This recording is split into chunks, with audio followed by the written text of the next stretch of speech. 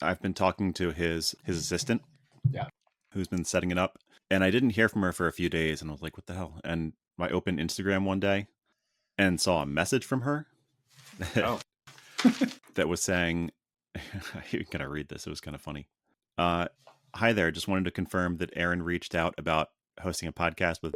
Usually don't question it, but we had someone impersonating another podcast recently. Really? Yeah. Impersonating another podcast. That's a bizarre type of catfish. That is yes. really weird catfish. Like, what are you doing? Like, what's the end goal know. there? You fell for it. Now you're doing our crappy podcast. Right. Although maybe that could be a good technique. Maybe we're missing out on the opportunity there. It's true. We should tell more people we're Joe Rogan. Yes, I'm Joe Smartless Rogan. Yes. We can do smartless things. We can do hard things. Exactly. That's going to be the name of our podcast. Yes, we're all, it's the one you've heard of. Yes, that one. Right. That's the one we are. That's us. Which one's your favorite? It's that. Right. Yeah, it's that one. It's definitely that one. We're also called the Vagina Monologues. All we do is talk about women's health and creative stuff. Yes. And MMA. It's a seamless transition. Yes, it is. Yes, it is. We try to really try to broaden our audience. Yeah. Welcome back once again to your favorite niche interview podcast, Native Tongues. I'm your host, Aaron Palmer, and I'm joined, as always, by my good friend, Ken Hall. Do us a favor and take a second out of your day to give us 5 stars or leave a review on Apple Podcasts. Check us out on Instagram at Native Tongues Pod, or go ahead and share this episode with a friend. It's what keeps this pod going. Now on to our guest. This week, we've got a nice fellow from Indiana who spent time in a number of cities, but now resides in New York. He's a comedian, improv artist, actor, and writer. You can find a number of his short films on his website or on YouTube. You can also check out where to see his improv shows or any of his comedy. He's acted alongside some great celebrities in a number of national commercials. And most recently, he wrote and co-starred alongside comedian Stavros Halkias in a new comedy that got a theatrical release. When you're done listening, you can check out Let's Start a Cult on HULU, where it's available now. Also, around the 50-minute mark, we learn a fantastic origin story. So it's really worth sticking around. Let's go ahead and welcome the very funny Wes Haney.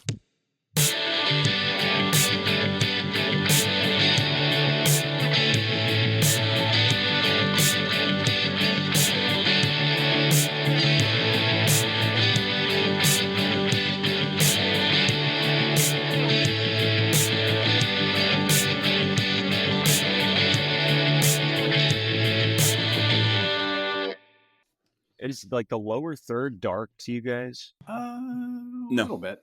No, you're all right. You're fine. On your screen or just in general? On my screen. When you're not looking at the screen, is the lower third of your world dark? Maybe it's like a sensory issue you're having. The whole thing's dark. Like some Bono sunglasses, or it's just... Is everything? You guys look good. All right, that's all we needed. That quote. Thank you. There's a little gradient at the bottom. They pop up a thing Beautiful. too that says occasionally, because I get it, where it's like, this is not the quality of the recording. The actual recording will be better. Don't worry. Like, We say that at the top of every episode. I just count, right? I just count on that to be like, you're gonna look better. Don't worry. Don't get married to this. It'll be okay. So how are you doing? They're doing great. Yeah. Where are you? Yeah. I'm in New York. I'm in Brooklyn, Greenpoint, Brooklyn. Okay. Is that where you live? Yeah. It is. Okay. Yep. 10 years or so. Almost 10 years. From, did you say Indiana originally? Indeed, yeah. Okay. What drove you to Brooklyn? I bounced around after I went to college in Indiana too, at Ball State, and then I moved to Chicago for a while, LA, and then eventually wound up in New York. Just on the comedy path. Gotcha. So I was going to tease Ken for not watching your movie, but he had a chance to last night. I did watch it. Yes, I did see You had a chance film. to? The film. I did see the film. Nice. Yes. I did watch it too. I had a chance and I did watch it. I chose to fulfill that, to follow through on that. But yeah, I was telling her, so it's at the Senator Theater here in Baltimore. You were there for a premiere. And then yesterday it came out on Apple TV. And so while I was ready to make the trek down last night at 9:30 to go watch it, it turns out it was available on Apple TV and is available everywhere. Then you didn't have to take your sweatpants off. No, that is true. Or put them on. So either way. Yes. Thanks for watching. Yeah, it's cool. It was cool. Before you came on, we were talking about the, I'm assuming, intended timing of dropping right before award season. Right as we're going into, for the Academy. Yeah, that's what it's all about. That was our hope going into this. Try to lead in there. That's so, great. Ken, I told you about it already, but I mean, I genuinely enjoyed it. It's the kind of comedy that you don't see too much of anymore. Like it walks that fine line right in the middle where, it's low budget, but it's well done and it's really well put together. And I love that you guys came out before the screening where we met and just said, don't expect to walk away, a better person. No one's going to learn anything, but you're going to laugh. And it's kind of just what I needed at the time. Glad to hear it. Yeah. How has the reception been? So you guys have been going around, right, and doing the thing. Yeah, it's been cool. I'm happy that people seem to like it, and I think that that's a sentiment that is shared by a lot of people. Just like it's just a stupid comedy, nothing more, nothing less. Right. You can just have a little fun for an hour and a half, and that's it. Yeah, I thought it was actually, as I was trying to think of like what it reminded me of, and it kind of gives me a little bit of like a Farrelly Brothers movie where you're kind of going through and you have some visual gags and some sort of like road trippy, characters kind of stuff going. Mm-hmm. Nice. So I thought it really delivered to that, and it sort of maintains a vibe throughout, and I thought it was really funny. Thanks. We're definitely inspired by a lot of 90s style comedies, kind of larger than life. Really escapist, like big, bold, stupid characters. Yeah, having fun, getting into hijinks. But also like characters that, or at least the main character, doesn't realize their own limitations and just keeps pushing forward. The story of unbridled enthusiasm. Yes. Yeah, the overly confident, stupid guy. Yeah, just going for it. And it was good. I mean, I've seen Stav's comedy before, and I saw him in Tires. And I expected sort of the same thing here, and to a degree it was, but he surprisingly pulled it off better than I expected. I mean, he was very likable, like charming throughout it. Yeah, he's got a great presence. He's a good actor. Like I thought he nailed it. Yeah. And then before we met, after the movie, when I was watching the movie, your character, oh God, I was like, what a creep. Just so uncomfortable. Yeah. And then, we met after, and you're just a pretty laid back, nice guy. And it's like, oh, maybe he's a good actor too. Thank you. I'm glad that you thought I was an awful person. How did you guys, so I've seen you on the Stab show, but like, how did you guys link up, or how did that come about? We met randomly in like an office somewhere in like 2016 or so. Working in an office? Just hanging out in an office? Or some sort of... I was working on some... Was it a department of something? I was working there. I was just there for a few hours recording something. And just a guy in an office who I thought was really funny. And we kind of had a natural chemistry. And that was that. And then we became friendly. Like he was doing stand-up, and I was also in the comedy community here doing a little stand-up and some sketch and improv stuff. Okay. A little bit of everything. This is all in New York? Correct, yeah. Okay. So that's how we first met. And then I host an improv show that's like for stand-ups and writers and people who don't normally improvise. Okay. Bringing them all in, like it's like a cast of like 15, and then we choose at random 5 at a time. And then those 5 people kind of go up and improvise. And I was like, I think Stav would be really good at this. He's had 0 improv training, but he's just so funny.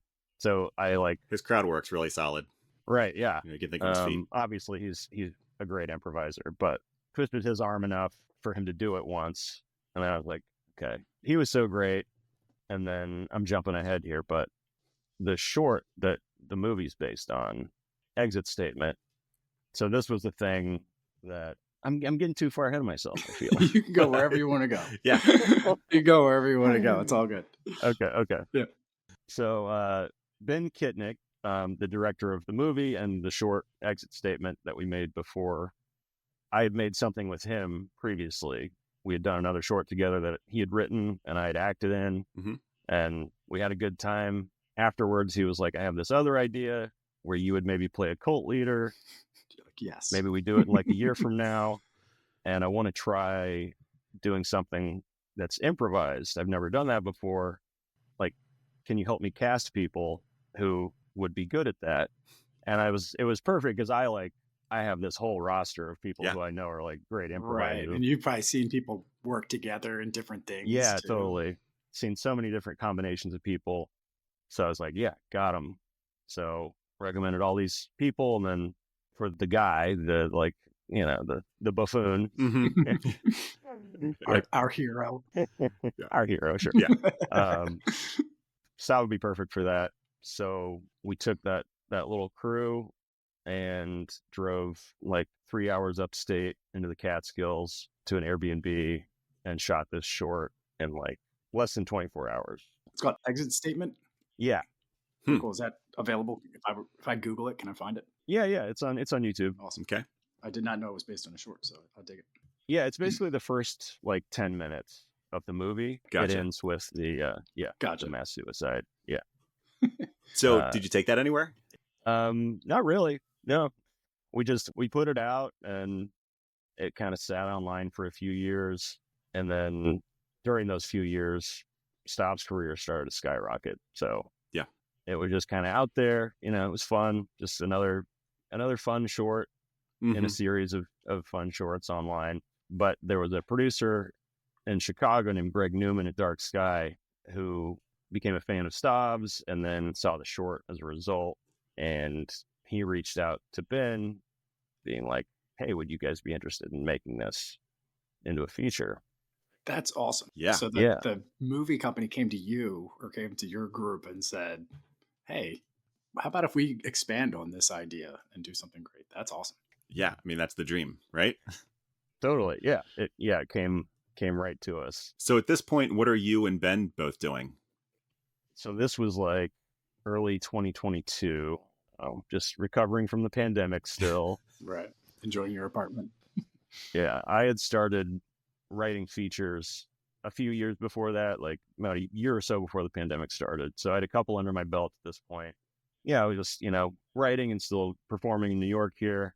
I'm not sure what Ben was up to, but Ben reached out once Greg reached out. Ben knew that I had been writing features to see if I wanted to write the movie with him. So was he directing other stuff during this time? Honing his skills? Oh, yeah. He made a documentary called The Beanie Bubble about Beanie Babies. Oh my God. Yeah, sure. Yeah. Did that get turned into the Amazon, like a Amazon movie or something like that? It was like actual or Netflix. Right. Separate thing, same subject matter. Yeah. No way. Yeah. That was my movie. Right. So that's what he was up to. He was doing, more documentaries. Okay. And what was your goal with writing? I mean, like when you started pre-pandemic. So I love kind of big, larger than life comedy. And I wanted to start writing movie scripts that felt like the old stuff. Yeah. I just watched Happy Gilmore with my kids this week. Oh, nice. Went over really well. It holds up. Yeah, nice. Yes. They got a kick out of it. Yeah, that's excellent. I love Happy Gilmore. Billy Madison was like one of my favorite movies growing up. Yeah. Tommy Boy. Yeah. Tommy Boy I saw in theaters 4 times when I was a kid. Wow. Love Tommy Boy. That all comes through. That was easily the most quoted of my, I guess, college, high school-ish days, whatever, was Tommy Boy. Yeah. By far. He's a big dumb animal, folks. Right. So how many scripts did you end up writing? I had 2 completed. That one I'd written with my friend Sam Weiner, another with my buddy Django Gold. It's a great name. Both really funny guys and funny writers. That is a great name. How do you have Django? How do you have a friend named Django Gold? Django Gold, yeah. Really funny stand-up. He has a special called Bag of Tricks on YouTube. Okay. Look it up. It's great. Well, did you send these anywhere? Were you comfortable enough sending them anywhere? We sent them a couple places, but especially the first one was like a first feature script. It was funny, like a lot of funny stuff in it, but just wasn't there yet. Yeah. And the second one, I think they were really funny ideas, and there was a lot of good stuff in them, but it still was like needed those first two under my belt. I felt very ready once this opportunity came around. Mm-hmm. Like a lot of lessons were learned from those first two.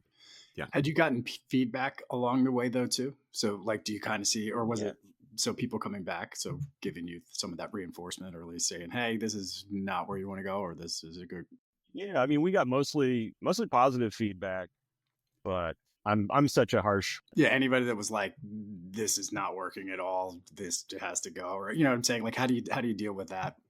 I had an agent at the time who gave me a little bit of that. Was this through your comedy? You had an agent? Yes, yeah, stand up. He saw me doing stand up. We got linked up that way. But yeah, I got that sort of feedback from it, and took it and applied it. Wrote several drafts. That first script. In the meantime, like the first script that we wrote, I'll just tell you tell what it's about. Yeah, please. It was basically a Pleasantville type situation, but with a high school janitor who gets Pleasantville into he becomes like the Zach Morris of a 90s teen show. Okay. Nice. And then, kind of ruins the whole world there. Okay. Basically turns it into his shitty life again. Like he's just doing the same thing. Yes. So we had a lot of fun with it. Was there an arc at all? Or was it just a bunch of funny shit? I mean, it was mostly just a bunch of funny shit. We tried to have a little arc, but weren't quite successful. Yeah. It's got potential though. That's cool. Right. Yeah. Thanks. And this was before they did like the Saved by the Bell reboot. Mm-hmm. Like 90s nostalgia was just starting to hit. Mm-hmm. Right. Was there a moment where he clapped his hands together and stopped time and did like walk around? Okay, good. I need that. Sure. I need that. If I'm going there, I need that. That's what Or get a record scratch. He turns to the camera and says, "Break the fourth wall." Things weren't always this way. Oh yeah, all that stuff. What was wrong with Kelly? Right. Oh god. But so, like, process wise, like you said, you learned from that, right? Yeah. And it sort of set you up for where you are now. What about the second script? So second script, that one was like a little bit more of like an action comedy. Some people go, being invited to this like billionaire yacht party, and a murder takes place, and they're kind of trapped on the yacht, and they gotta find a way off. Hijinks ensue. A lot of fun, stupid billionaire characters. Small, set piece wise, feels like you just basically need a yacht, and then you can kind of run from there. You would think. Yeah, I mean, we should have stayed there. We wound up going. The third act, we're like on an island, like there you go, way over budget. Right. It's not getting made. And then there's the robot octopus, and essentially, yeah, the guys with like a big neck suit. Yes. Nice. Way too much. Right. But that's it. The big takeaway from that was like we kind of got into the dialogue writing a little too quickly. Before we'd really like nailed down the story and the beats and the outlining. Yeah. Gotten kind of a rush to like, oh, let's just get it down. Yeah. This is the funny. It doesn't matter. All the other stuff doesn't matter. Yeah. This is what's funny. Yeah. Had you studied much of that before? Just read a handful of books. But really just studying, watching so many movies and internalizing that. Yeah. So that's funny. I did something very similar. I studied English when I was younger, and then wrote here and there, but then really wanted to write scripts. And I kind of probably started the same time as you. Mm-hmm. And the first one, I was like, this is it. I have the greatest idea ever, and knocked it out. And then, I talked to some people. They're like, what do I do with this? And they're like, write 5 more. Yep. You have to. Right. There's no way that person's going to be good. No. Not happening. No. But I mean, that's great that you can figure that out, because I think there are so many people who will just revise and revise and revise forever and try to take that one. And what I've heard from a lot of people throughout the industry is they'll get a meeting, and, if they win a contest or something great and they get in front of someone and someone's like, well, this is good, but what else do you have? I don't know. That's it. Right. This was the one. Right. Can't you see? I have version 1 of this and version 2 of this. Yeah. And an alternate ending. Oh, man. So I was so happy that I had started that process a few years beforehand, so that when this opportunity came around, I felt very ready for it. And things had kind of clicked for me in a way in thinking about it, like applying what I'd learned. And I think it could be really good. Right. So Yeah. that's our like after school special moment right there. The takeaway is like, it's okay if you're like failing because it's just setting you up for the next thing. Like you're not even failing, Yeah. you're just growing and you're just positioning yourself. So for all the struggling writers out there. Yeah. And like this moved well. There was a good pace to it. There was never a time when I was bored. There was never a time in the movie when it's like you ran out of humor, and you just need to get to the end. It works start to finish. I think you really accomplished what you're going for with like those just goofball 90s comedies, bunch of likable characters. Well, mostly likable characters. Maybe not you. Yeah, somebody has to be the dickhead. So. But yeah, but you need a good one, and like you pulled it off. I have a question about the writing. Thank you. So yeah. From an improv standpoint, like so if you're writing something and you're like, hey, we're gonna improv this, do you just have like what does the script even look like for that? Like is it just beats where you're like, all right, we're gonna be here and something's gonna kind of go down, but out of this scene we gotta have this happen. All right, go. Yeah, so the movie we didn't have improv beats. Right. But in the short, in the short, it was like, this is basically what's happening. This is the beat of like all the characters have a conversation about the main guy while he's gone. Like, should we kill ourselves without him? All right. Yeah, in the short, I'm like trying to convince everybody, like, I think maybe we should just do it. Let's just go for it. Get the hell out of here. Yeah. And then having all these people who are great improvisers, we would just chat and just little beats like that. I was wondering though, in filming this though, I like you said, most of it feels like it's very sort of set and scripted and all that stuff. But I feel like there's got to have been some sort of random like improv. Like there's the one guy where he talks about not being able to go to Europe. I think was the line. That was improvised. Yeah. Yeah. I'm just like, what are you talking about? Yeah, Eric. It's so well done. It's so straight delivered and all this different stuff. It's like, oh, okay, all right. Yeah. We didn't have a ton of improv, but Eric Rahill was like definitely the person who was able to sneak the most in. Okay. He played Tyler. Yeah. So that part he improvised. There's a scene where I'm coming back from the lake house to get into the car, and they're finishing a conversation. The rest of them in the car. I know 2 boys who drowned in a lake once. little lines like that. That was all him. It was really fun.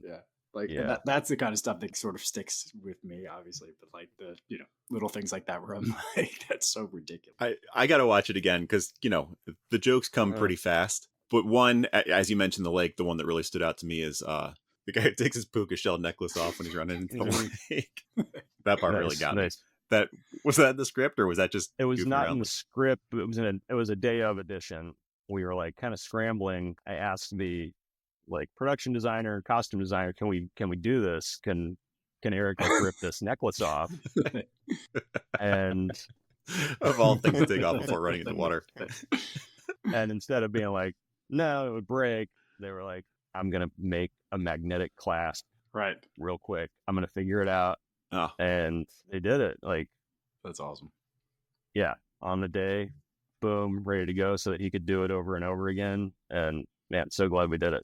And that was the great thing about like being there, acting in it, and also being there as a writer. Like being on set and adding jokes as we went was like really crucial. And like we were able to layer it more. You can see and feel what works and what doesn't. And even adding little layers of jokes like that, like the puka shell necklace. Yeah, just a tiny little visual thing, which we didn't know if it would hit or not, if people would even notice. And I think in the editing process, we were still like, this is really funny. We know it's happening, but just watching it on laptops, it's so tiny. But then finally seeing it on the big screen and people laughing was like, oh, great, it worked.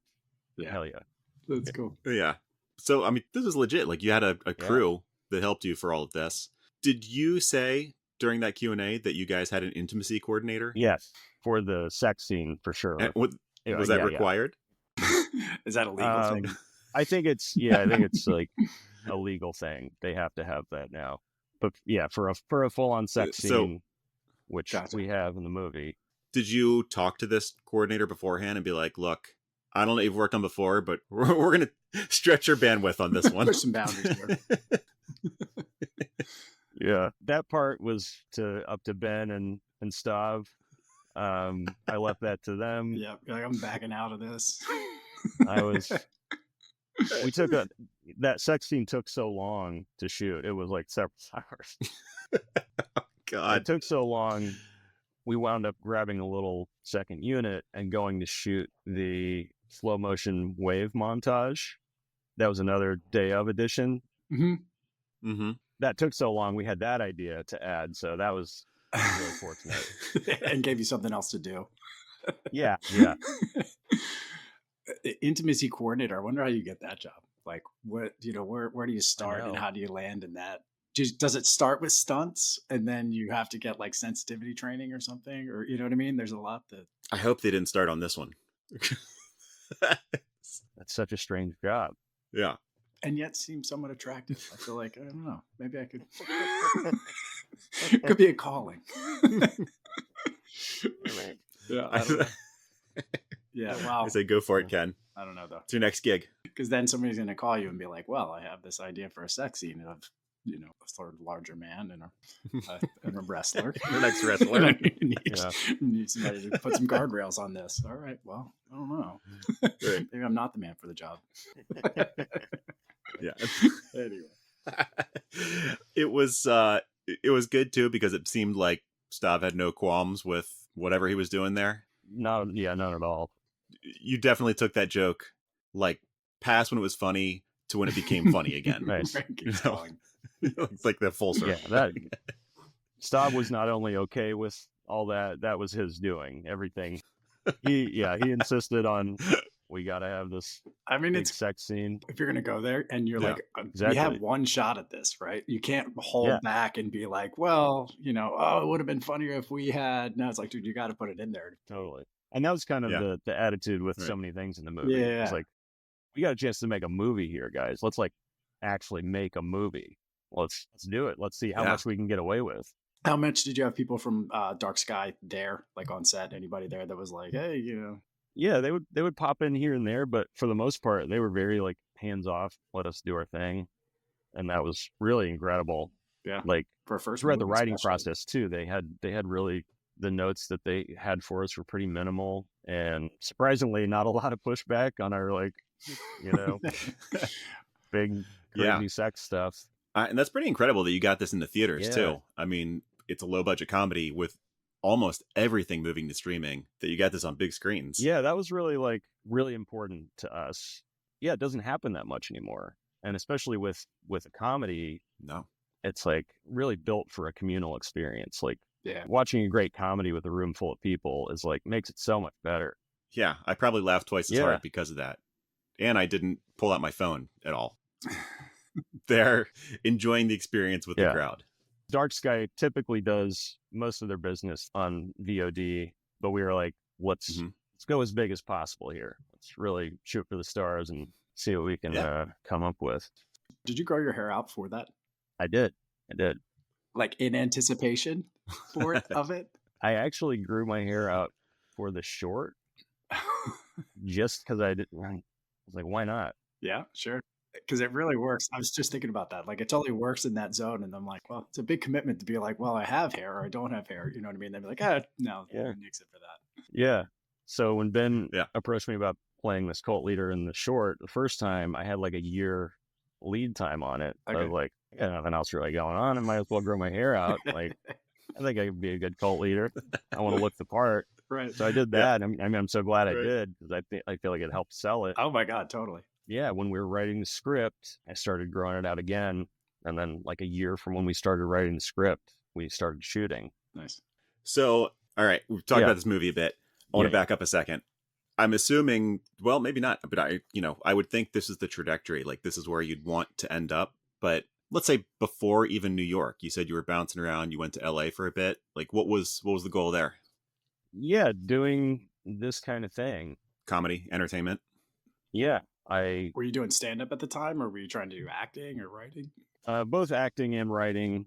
I was doing a little bit of stand-up, not much. I had more of an improv background. Okay. I did improv in college and then fell in love with that. Moved to Chicago, did the whole improv training stuff there at IO/Improv Olympic. It's Improv Olympic when I started, but turned into IO, Second City, Annoyance, that kind of thing.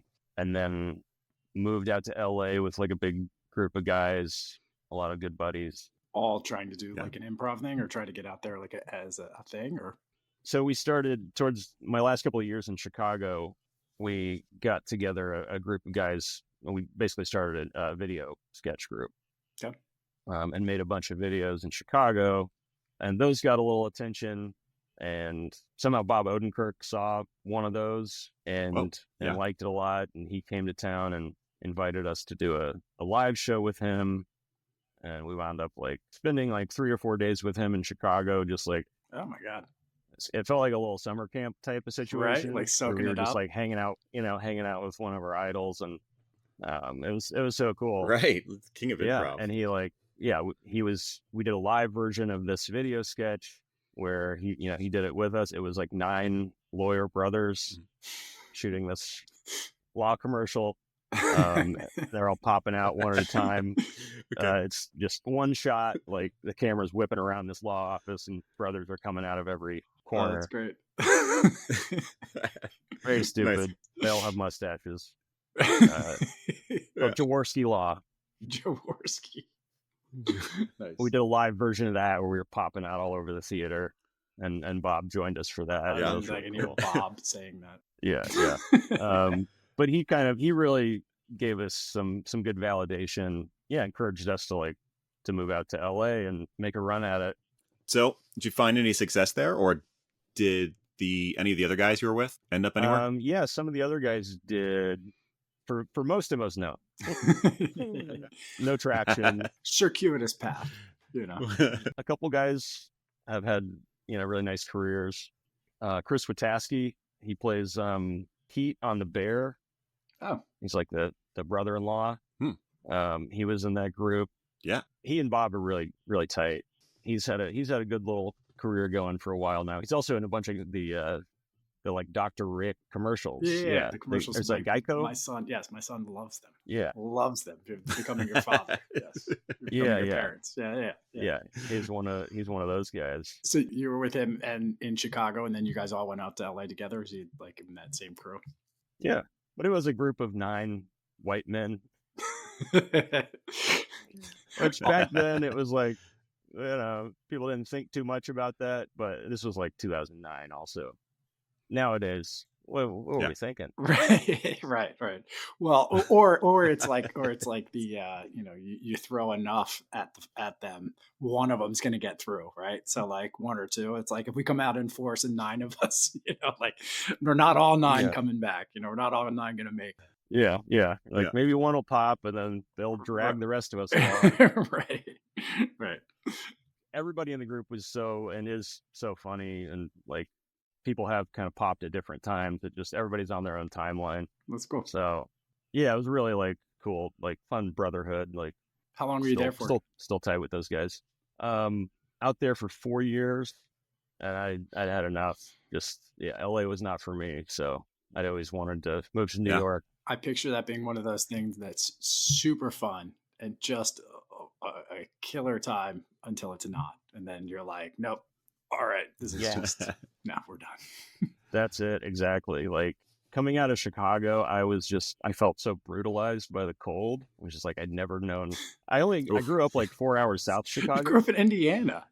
I know. It was only 4 hours south of Chicago, but it was like a level of cold that I'd never experienced, like truly bone chilling. Yeah. I was like, oh my God.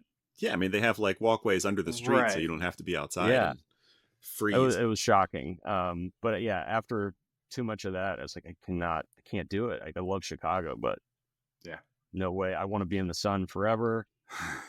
And then when I got to LA, I was like, oh my God, I'm in heaven. This is paradise. And then after I think like a year and a half, just like one day, oh no, it's over. I hate it here. This is not. This place This place is sick. There's a deep sickness here.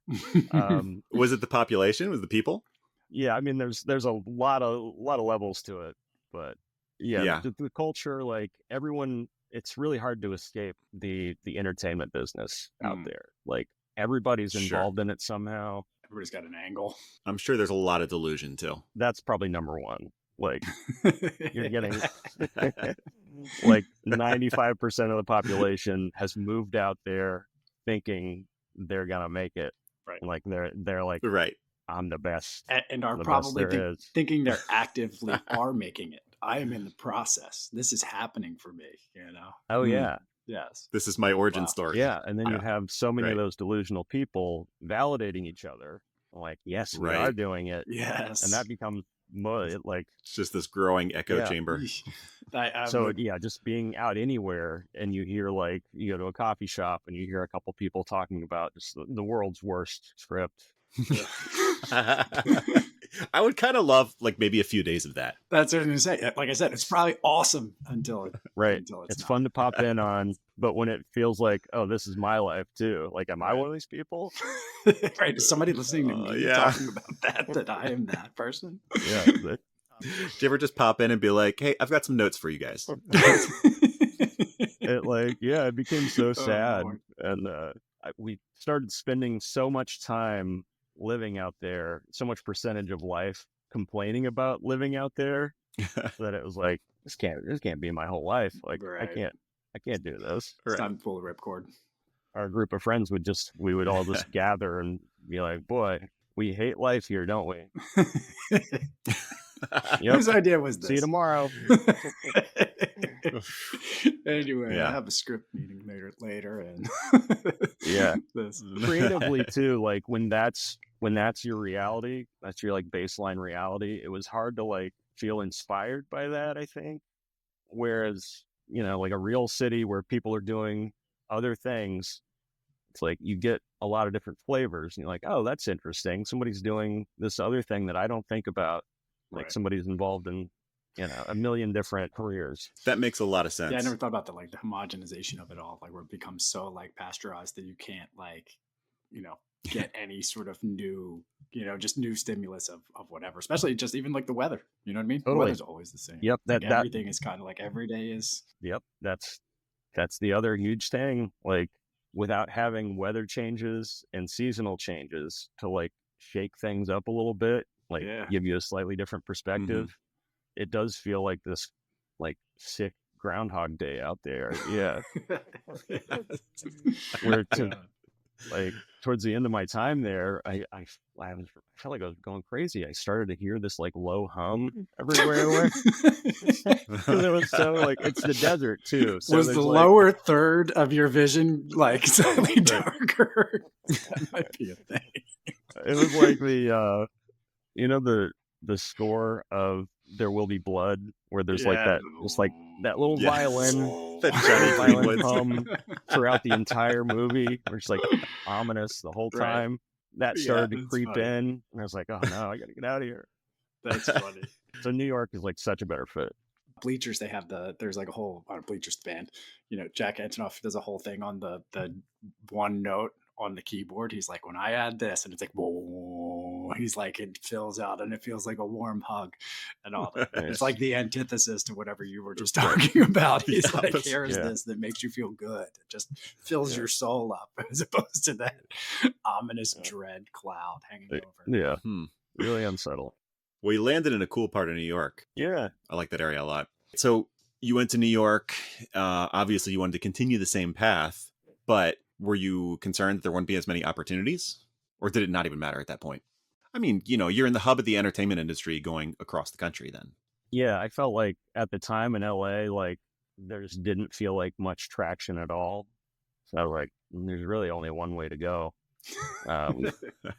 It can't be any worse opportunity wise. As far as possible. Right. I had like a commercial agent in LA, and I'd booked a couple of commercials, so that was cool, and like gave me a little bit of money, just enough to live. Yeah. So that was the one thing I was leaving behind. But what were you in? I did. I was in an NBA commercial. for okay. NBA. It's like NBAtickets.com. Yeah. And I played a murderer. A what? I'm sorry, did I not? Okay, I'll back I up. don't feel like I feel like I lost the thread there. So the commercial is NBA players actually hand delivering tickets to people. Okay. Yeah, so there's like DeAndre Jordan was, little male outfit, going door to door, handing people their tickets, and they dressed me up like a murderer. I was just a guy. He was like, I was a guy who opened the door and was surprised to see DeAndre Jordan giving me NBA tickets, covered in blood and with a knife, or they just like just look like a murderer. Just show up. It was a subtle murderer where it was like, they gave me like a button-up shirt, but they buttoned it all the way to the top. Okay. And it was just like, this guy's just at home. He shouldn't be dressed like this. Like a cultist. And that was the director was great, and that was his little motivation for me. Is like, pretend you're a murderer, like a and serial he's killer. interrupted you. Yeah. Okay.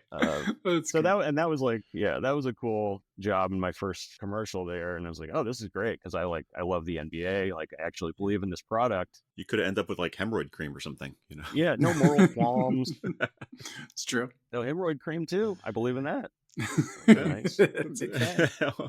Okay, let me take that back. You could end up on like Juul, promoting vaping or something. There you go. Yeah, there you go. Never. Right. I would never do that. Right. Unless and then I was in a Denny's commercial right before I left. Oh, and okay. Like, great. Yep. So you tell me you're in a Denny's commercial. I'm like, yep, I can see that. Yeah. Just playing a guy sitting at the counter, nice. Waiting for a sandwich to be done. I think I smell it. Sounds like a good gig. Worth killing it for? It was. Just waiting for the moon. The moon's over my hammy. I'm going to slay over. Yeah. That one, they dressed me up like a 10-year-old boy, kind of. I had like the striped shirt. Oh my God. Right. You're super average Joe. They shaved me clean. I was going to say, did you have the beard and long hair then? I had the long, I had a beard. Yeah. Same basic look. Hair was a little bit longer. Okay. Dressed you down. So you come to New York. Yeah. And same sort of at least base path there, like doing some commercial work and whatnot. I mean, I saw you in the thing for Elf, but I feel like that was more recent with Jennifer. Yeah, that Coolidge. was like a year ago. Yeah. Thanks. What was it? I played Jennifer Coolidge's husband in a few commercials for Elf Cosmetic. Oh, okay. Yeah. I didn't pick up that you were her husband, actually, but though I only, to be fair, I only saw like one of them. But like, you said he's going to murder her. I thought he was like a therapist or something, or just a friend or whatever. But so it works. Yeah, it was good. How was she to work with? She was amazing to work with. I got a text being like, "Hey, would you be interested in playing a husband in a makeup commercial?" I was like, "Yeah, sure." A friend of mine had recommended me, a director friend of mine, because they needed somebody who could improvise. I was just about to say, it looks like an improv thing, so you're probably right in that spot. Yeah, so I'll do it. And then I show up, just thinking like, I'll be whatever. I'll be in the background, kind of like I'll have a line or two.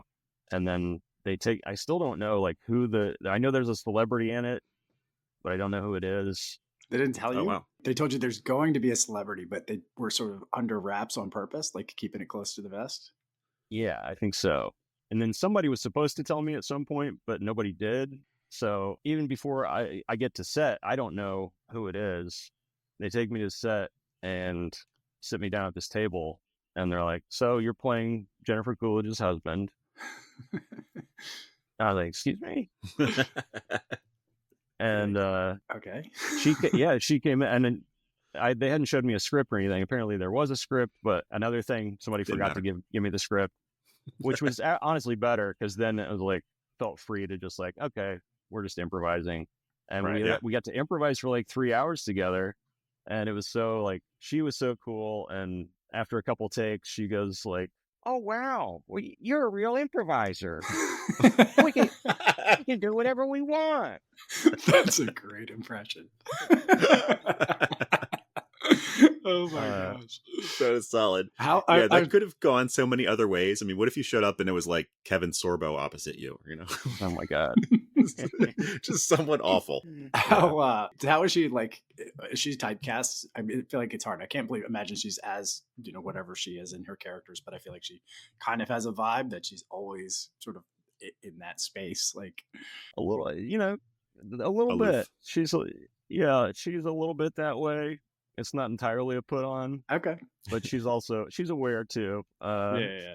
But yeah, she was so cool. And I was like, after a few minutes, I was like, we had a little break and I was like, it's like, I have to tell you, this is amazing because Best in Show was the thing that made me want to try improv in the first place. No way, really? Oh, no kidding. Yeah. How about that? And she was That's great. That's like, a favorite. she was so gracious and That's awesome. yeah, really cool to work with. Were you little? What was it like starting out in that? So they're like, all right, just kind of go. Here's a setup, or like what was like you said, there was a script, but yeah, it was like what we talked about earlier with the beats, improvising with the beats. You're just like, here's the basic scene setup. Like you're trying to have a serious conversation with her. She cannot pay attention to you because she keeps fiddling with her makeup. That's the scene. Go. Just try to get her attention. Okay. And she'll listen for a second and then like creep back to the makeup. That's great. And she was so funny. And every single take, she said something surprising and hilarious. Yeah. So Nice. she's awesome. She seems like a good one to work with. Totally. Do you have any horror stories or real bad setups from when you were in LA? Well, this is not about show business at all, but in our neighborhood, there was a guy, there's a fairly big homeless population in LA. Sure. But we had a guy who was like on our block. He would say resident. some crazy. Yeah, a resident. He started muttering, dead in a grave. Dead in a grave was his This He would walk, mantra. walking You're around trying to our tell me block all something? day. Yeah, and it would get louder and louder. That's what first sprang to mind. God. Don't want to that ask was, any more about that, Yeah, it's like, it's time to go. It's time to leave. Right. He's like, yesterday was 4 tulips and a rainbow, and now he's dead in a grave. What happened? Oh no. So going to New York, so coming in, do you have any laws, or were you like able to kind of start moving into the improv thing? So you said you host an improv, right? So. Oh, right. But I mean, you've been in New York now for So- what? You said almost 10 years? Yeah, almost 10 years. It'll be 10 years Okay. in March. But yeah, moving to New York, I felt like it was a good time to move because a theater I had done stuff at called The Annoyance in Chicago had just opened a New York theater Oh, wow. in Williamsburg. And I'd really love to kind of get in. Well, this is just starting, get in on the ground floor here. I feel like I would have an opportunity to kind of like perform again, which wasn't doing much of in LA. Just the live LA comedy scene was not great. It was hard to like gather energy there, Right. period. They all told each other they were funny. but even the audience, the audiences are all like, what am I supposed to do? What's my motivation to be sitting here in the audience? What am I doing? Who's the funniest here? How can I laugh louder than the person next to me? Yeah. There was a lot of that. It was a lot Oh of my gosh. posturing and like Yikes. a lot of people trying to like ladder climb, like looking over your shoulder, like Hmm. who's important here, Right. even at comedy shows and things. So yeah, the opportunity to perform more in New York was like, I could really use this at this point in my life, and I feel like this kind of reignite me, and was immediately doing like 3 or 4 shows a week again. That's Like awesome. Chicago, performing live all the time, so it felt like getting back into that. I was like, oh yes, needed it. So performed a lot there, did a lot of sketch and improv, and really got more into stand-up when I moved to New York. Okay. So like doing really Makes sense. everything I could. Had you dabbled before that in stand-up a little bit here and there kind of a thing? A little bit, yeah. A little bit at the end of my Chicago time, and then a little bit in LA. But in New York, I fell in with a group of comedians who were very like alt, I guess, a little more like character-based stand-up, Okay. which I found more appealing and like a little more interesting. They had a group that was in New York, and there was a group from Chicago that moved to New York at the same time I moved from LA that I'd kind of befriended. So we kind of had this Chicago flavor mixed with this New York crowd, and we really just blended together well. And you brought some of the vacuous nature of LA into it too, really. Oh yeah. Had to Big bring time. that. I mean, it seems like there's a good pool to pull from, Yeah, and it really set me up well with the like I said, the improv show that I host. I book like 15 people at a time. Yeah, of just like, what if it was just all funny people? Yeah. Which, is the secret ingredient to good improv. I'm sorry, is there an improv where it's like, all right, now we're going to do a sad one? Let's just all be... I think my insurance agent would be great at this. Hold on. A historical drama improv. Yes, exactly. Oh, man. I'm sure there is. There probably is. Right. It's probably true. Yeah. But yeah, that to me strikes like a good sweet spot for you. It feels like you're coming back into a place where it's like can succeed and also feel comfortable. Yeah, and that was it exactly. Like, oh, I remember why I'm doing this. I'm surrounded by people who are having fun doing it and enjoy living in the city they're in. I'm laughing. That's refreshing. Again. Yeah. I'm laughing again. Yeah, that was a blast. That's when I started like getting back into making short films, did a few of those, and then that's what kind of led Ben Kidnick and then asked me to act in something. Recent shorts? Had you seen any of the stuff you did in Chicago, or was that like new stuff? I think it was my new stuff. Okay. Yeah. Did any of this exist in Indiana, or was this even on your radar, or did it really come about like when you were in college? I mean, I grew up, like I said, loving comedy, like the Tommy Boy thing. Yeah. Pee Wee Herman was my first love when I was a little kid, like first memories. That was my first impression too. I would do Pee Wee impression when I was a little kid. There's a lot of markers there to work with. Yeah. Impression. Like I said, like loving the larger than life characters like Pee Wee and then Kramer and Chris Farley. Like those were my big three growing up. Wow. Like you said, the character driven sort of big character comedy. Yeah. Yeah. Wayne's World, both Wayne's World movies were like, oh my God. Oh yeah. Sure. Loved comedy growing up, but I was also very shy. That was the thing. I would like go nuts at home and then be very reserved at school. Like nobody wants to hear from me. Right. Do you think there's a confidence thing that I feel like to go then into like an improv thing? I feel like you got to really take that leap and be like, all right, putting it out there. Oh yeah. Yeah. So there was a really fortuitous series of events that occurred when I was 18 years old at the beginning of my senior year of high school. I took my first trip to New York and went to a taping of Late Night with Conan O'Brien. And my buddy and I were like in the back of this line, and they came down and were like, any parties at 2 here that want to move up? And everybody else was a party of 4 or 5. My friend and I got moved to the front of the line and then seated in the front row at Conan's show. Yeah. And he came out to warm up the audience and just immediately fixated on me, like directly to me, and just... You share similar qualities. Right. Yeah. It was like... You look like a good mark. Yes. Yeah. Ginger. He pulled me up and had me come down to his like monologue spot. No shit. And like do his dance while Max and the band played. Oh my God. Yeah. Incredible. And that was just during the warm up. Sat back down. I was like, that was amazing. It sounds like a Disney ride though. You're like, yes, this is the best. Oh yeah. And then the actual show started taping, and he sat down after the monologue, and he was like, before we go any further, like, I gotta say something here. There's a guy in the audience who looks like me 11 years ago. Yeah. Give a hand to Wes, everybody. And I was just like, yep. Hey. Yeah. Still my shy self, but like, sure. So thrilled, but also reserved. And then he was like, if anything ever happens to me, Wes slides right in. America doesn't notice a thing. And like, yeah, I wanted to be an optician, which the crazy thing was, that was my plan. That was the track. Be an optician? Yeah, or to be an optometrist. Yeah. Just like, this seems like something I could do that I wouldn't hate. Right. Just because I had a nice optometrist who seemed to like his life. Like, I could do this, I guess. Not my, and they need him, so it's yeah. But I didn't reveal that. He guessed that. But that was his bit to you. He's like, oh my gosh, that's really weird. He knew me. That's so weird. He knew exactly who I was somehow. Conan saw me. Pegged you right on. I went back to my high school after that. This was the beginning of my senior year, and all of a sudden I'm like famous Everybody my God, people knew saw it, me on the saw it. show Yeah. and expected me to be funny. They're like, Conan says you should do this, so you're doing it, right?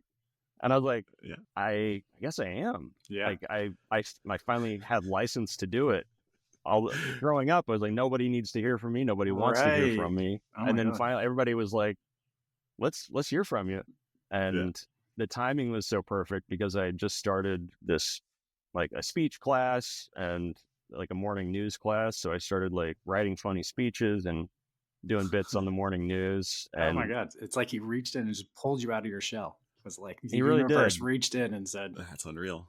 get out. Conan O'Brien shattered your Yeah. rational Midwest sensibilities. Yeah, He said, go for it. exactly. Yeah, people seemed to like it. So I never stopped. And that was like, That's awesome. I went to college that next year and tried out for an improv group and got into that like my first week. And from there it was, never stopped.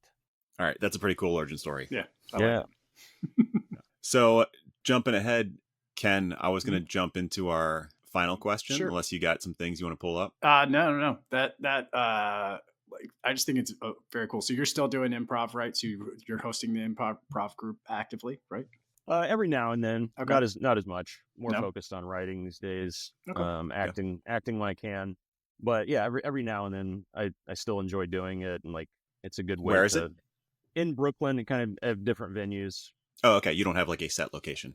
We've been doing it at a place called the Brooklyn Comedy Collective, which is the person who was running the Annoyance New York opened up this place after the Annoyance closed.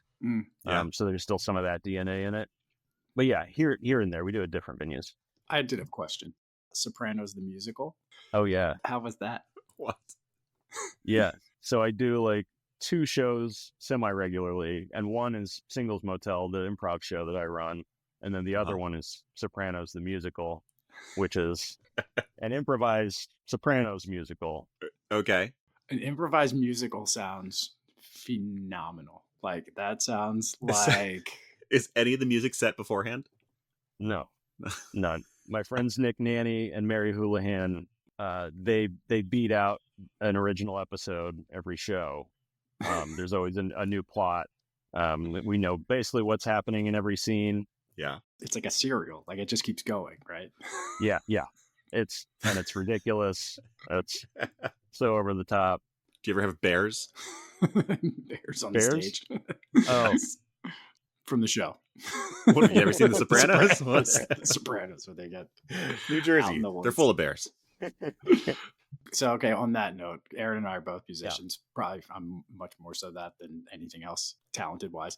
But like, there have been moments in the musical thing where you're like, oh my God, that was actually like really like solid. Like that song actually sort of came together, or, you know, I'm sure there are train wrecks too, but like, you know, like moments in that. Oh yeah. It's happened. Or definitely way more train wrecks than those kind of moments. Those But are we funny really- too.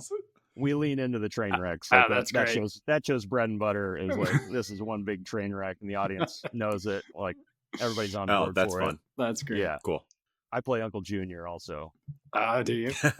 I can see Yeah. that. I can see that. Do you actually like Yeah. slick the hair? Do you have like a thing? Do you do that? I've got like I've got a hat, and then I've got some kind of Coke bottle glasses. Yeah. That Uh, totally works. How often do you do that? That we do like once every 2 to 3 months. Gotcha. Got to really sit down and figure out where the plot points are and how to. Yeah, I how to mean marinate it. it's really impressive, these episodes that they write. You know, they don't write the dialogue, but every beat is like so detailed. There's like arcs for all the characters, and they've written, at this point, we've been doing that show almost 10 years. Wow. I feel like And I have to get it's an to original see episode this. every time. I got to see that. Yeah. I like just the idea of the improv musical sounds amazing, and to anchor it in The Sopranos and have funny people. I mean, it just feels like such a good vibe. Yeah. It's a good mix, good vibe. Come up to New York. We'd love Very to cool. we'd love to have you. Which is a good transition. Aaron, you want to jump in? Yeah, the third part of this is, you know, we always want to know about writing. We want to know about music, which covered both pretty well. We want to know about personal history. And then we also want to know about travel aspects. So the whole thing is like, where do you call home and how did that influence you? And it sounds like at this point, New York is the place that has been most influential for you. Like it just has that spark. Mm-hmm. I assume that's where you would refer to as home at this point? Yes, definitely. I love New York. I find it very, very inspiring. Like I said, like people from every walk of life doing all sorts of different jobs. There's so many shared experiences here. Yeah. So the question is, that's your home. When Ken and I come up to see the Sopranos musical, what's the West tour of Brooklyn for the day? Or New York, just anywhere around. Like if you were to take somebody out, like show them your version of here's my New York. Noon tonight, what's on the agenda? I'm big on the East River Ferry. We would take a ride on the East River Ferry, which goes up and down the East River. Mm-hmm. Stops a lot like Greenpoint, Williamsburg, Dumbo. There are bars on all the boats. We'll probably have a couple drinks on the boat. Some cocktails. Sounds good. Great views of the city, especially at night. Like going along the river, city looks beautiful. Oh, yeah. That's always my way of entering Manhattan is park over in like Weehawken and take the ferry in. So you just get that big panoramic view. But I haven't done the other side into Brooklyn or up and down Brooklyn. So that sounds cool. It's great. And you can stop anywhere. There's so many great neighborhoods. So always fresh. Okay. So hop off the boat. What's next? Let's see. I mean, you got to eat pizza, Do you have like a go-to spot? There's actually a Detroit style pizza place that I love. Is it Emmy Squared? It's close to Emmy Squared. It's that same style, but this place is called Aces. Ooh, haven't had that one. Okay. Aces in Williamsburg. It's very good. That's my go-to spot. It's my favorite kind of pizza. Is that your go-to style of pizza? We can edit this later if you're worried about it. I keep it in the mix, but too much. It's like, it's heavy. So can't eat too much of it. Yeah. Every once in a while, it's the best. Right. Otherwise, for me at least, I assume you're the same. It's got to be that, or it's got to be like a slice of pizza that you can fold and carry on the go. Yeah, there's a lot of that. That's probably most of the pizza intake here. Was there real trash pizza in LA? Mm-hmm. Yeah, I mean, good pizza's hard to find out there for sure. Yeah. That was actually a Tom Petty song. He changed it to say, "But good love is hard to find." You got lucky. That was the original line. Was good pizza is hard to find. They can't all be winners. Ken's available for improv if you ever want him. Exactly. Please. There you go. There's my setup. There's my audition for you. Really dry delivery of bad pun. Okay, so you're getting some pizza. We've gone on a ferry. How about a city bike? I'm a big city biker. Okay. I like it. The like bike share stuff. There's stations all over the city now. I love biking in the city. It's like, it kind of activates my like Mario Kart mind. Yeah. Right. Like N64 Toad's Turnpike style, where you like, yes, you gotta be dialed in because there's so many variables. Like, you got to know when to drop the oil and the spikes too, and throw your shells. When to watch out. More so, it's watching out for the oil and the shells and the spikes. I'm sure. Yeah, totally. They can come at any moment. Yes. Last night I had a bike crazy thing. Yeah. Where I was like in the bike lane and a car decided to turn without putting its turn signal on. So I had to brake really fast and I was on a patch of dry leaves. So my bike just slide out, flipped out from underneath me. And I somehow like jumped off of the bike and landed on my feet as the bike like flipped over me. Oh my God. Hit the car next to me. Okay. Was anyone filming this? Right. I wish, man. Did you run it out where you're like, you're flipping and then all of a sudden you're like, whoa, my feet. I'm still like, I'm on my feet. It was shocking. I was like, oh my God, am I okay? Wow. And it was like right at an intersection too. So like a guy and his son were like, wow, you landed on your feet. You okay? Right. Thank you. Thank you. We're like, okay, all right, I think we got it. Good. That's a wrap. Good job. Good job, everybody. So we got to do a city bike. Makes you feel alive. Okay. I love going to movies in the city too. There's so many great movie theaters in New York. I'm a big moviegoer here. Me too. Where are you going? Village East, where they were actually playing our movie for a couple of weeks. That's a great theater. Do you go and sit outside and like look in? You look in to see, pop in to see. They last week were playing Godzilla -1, which I hadn't seen yet. Oh, it's great. So I went to see that, and it happened to be playing at the same time as our movie, and it let out right before. So I went over and like Pop in. listened by the door until the last few minutes of our movie. Nice. Did anyone catch you? Did anyone notice? No. I stayed outside, but that was, I had to do it. It was so cool. Yeah. Like, I have a movie playing in the theater. I feel like that would be a setup. Like if I'd walked out at that moment and you were just standing there, and I'm like, wait a second, you're the guy. Yeah. Wait a second. Yeah. How'd that happen? I went to the bathroom after, and nobody like recognized me. I was wearing a hat and stuff, but a couple of guys came in and got a great review. They were talking to each other. One guy was like, I thought it might be stupid as shit, but it was actually funny as fuck. Oh, there you go. There you go. That's your Yelp review. And then you were like, hey, I usually don't approach people in bathrooms, but I just want to talk to you. That's your Tagline. yeah, exactly. Yeah. Awesome. That's so great. What about what about like, is there a dive? Are you a dive bar guy? Are you a night spot kind of guy? You strike me as more of like You don't seem like a $30 cocktail kind of guy. Yeah, I'm a dive bar guy. Not as much as I used to, but yeah, there's so many great dive bars in New York. There's like just in this neighborhood, there's a great bar called the Palace. That's probably my go-to in the neighborhood. Another one called Nightshade. It's a great dive bar. Cool. I like the name. Yeah, right. Yeah, just classic, no frills, pool table. Yeah. All you need. Yep.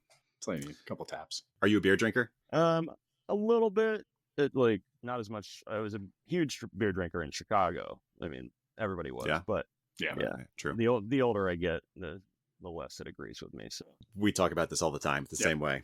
But I think Brooklyn has great breweries. yeah, it would have been like, I wish I had been here in my 20s, like to experience that a little more. Right. But also like Chicago was so fun for my 20s too. So Yeah, sure. we gotta do. Okay. So you're ended the night with a good dive bar. Yeah. Yeah, I like the sound of that. I like this. I like this a lot. Then a nice walk home. Hell yeah. It's Yeah. awesome. And you could also go back for more pizza if you, depending on how the night's going. you Yeah. know. Yep. Depending True. on how The much you walk home had to pizza. drink. Right, where the sensibilities Yeah. are. I like there's some sites. I like that you stay active through it too. Like that's always a good time for me. Yeah, for sure. That's what I love about New York too. Like it's hard to kind of settle in. Not hard, but you Mhm. know, like there's always something going on. So you step out the door and it feels like there's a current. You Yeah. can kind of Yes. get caught up in the current of the city Mm-hmm. and see where it takes you. Yeah, that's awesome. You working on any like shorts? Are you working on any like new short stuff or anything like that? Short stuff not right now. I've been focusing on features and Writing features. developing a few new ideas. Do you have anyone you write with? I've kind of had new writing partners for every project, which I assume I prefer having a writing partner just for fun's sake, like bouncing sure. ideas off. So I'll probably at some point I'll probably link up with a friend and develop one of these a little further. But for now, I'm enjoying delving in solo for the moment. Cool. Well, I hope some more comes of this because I really enjoyed the movie and I want more movies like that. Thanks. Yeah, hopefully so. Yeah. Oh, you know what? I'll say this here. Yeah. My one thing is I felt like when we hit the credits of this movie, and I don't spoiler alert for anybody who's hanging out, but like I was waiting. I felt like this was screaming to have the B-roll outtakes version of the credits. You know what I mean? Where we cut, or it's just like the credits where you get the scroll on the side, and then this is just because I can only imagine that it's just filming that must have been ridiculous, and the outtakes have to be ridiculous. Maybe I'm waiting on the DVD or something like that. For a second, I thought you were going to say you were hoping for everyone to be like dancing along. That could be too. Either one. Either one. I totally get that. It's surprisingly like we didn't have a lot of that, Really? just because I guess you're trying to keep it tight. it was too. so low budget and the schedule was so tight. Yeah. Like we really had to like nail it and move on. Oh my Like, God. Yeah. we got time for like 2 or 3 takes. Like not a lot of time to goof around. Gotcha. So we were like all business. I And bet it's out there. thankfully we were able to cast the movie ourselves. So we cast the people that the roles were written for. Right. So, Okay. So they were able to just like, They know exactly where they're coming from. They know what they're hitting, what the lines are, what the marks are. yep. And hopefully that makes it feel like a little more improvised too than it actually is. Because Yeah. like Sure. Yeah, especially with our like core cast of characters.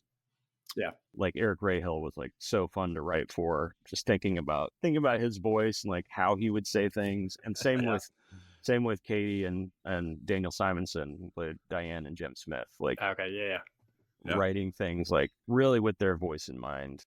I will say too, as far as again, we could edit this out or whatever. But spoiler alert: if you're looking for the big explanation and the understanding, if anybody's looking for understanding in this movie, there's not a lot of that. And it's unapologetically so, and it works so well without. So, Yeah, good it's job. nonsense. Good We job, initially dudes. like, there's a line where the CM Punk character calls me Three Balls Billy. Yep. Initially, like in early drafts of the script, like that was going to be a thing. Like that was my kind of backstory. Like I was bullied because I had 3 balls. So it wound up being this, like, I built this religion based on these 3 orbs.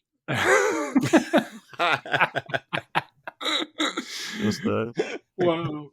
Just to That's use that trauma, turn it into and translate from there. Wow. Yeah. That's great.